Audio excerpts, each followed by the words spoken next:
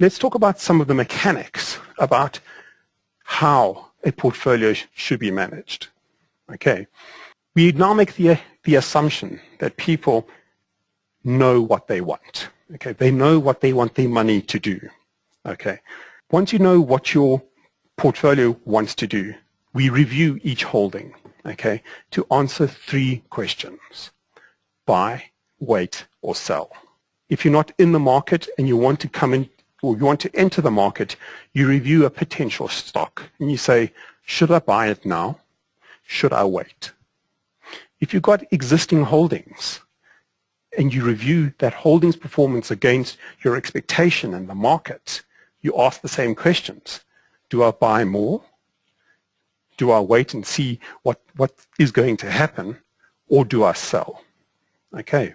You should follow a decision-making tree or a decision-making process to help you answer these questions. Okay, so it becomes a fairly structured process. And let's use an example.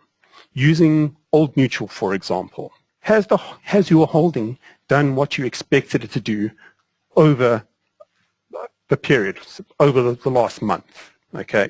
If the answer is no, okay, we need to ask, is this a short-term aberration? Do you think that it's going to correct? Is it going to recover? Is it going to do what you expected it to do? If the answer comes back as no, we need to ask ourselves, are there better alternatives out there? And if there are better alternatives, then perhaps we might need to sell that position and buy something else. Okay, once again, using buy, wait, or sell. Okay. I often get questioned by some of my clients, how often should we follow this process? This process is dependent on your time horizon as well as the risk that is in the portfolio. If you've got a very short time horizon, we need to review the portfolio more frequently to correct any portfolio underperformance.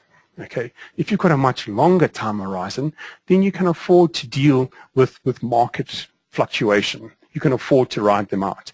And that is not necessarily a bad thing.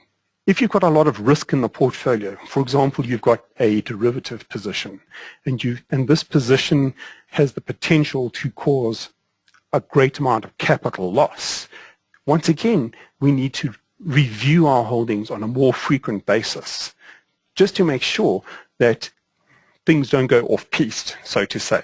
Okay. So you follow a process. It's dependent on your time horizon and the risk in the portfolio. The shorter the time horizon, the more speculative the portfolio, the more often this decision-making tree should be followed.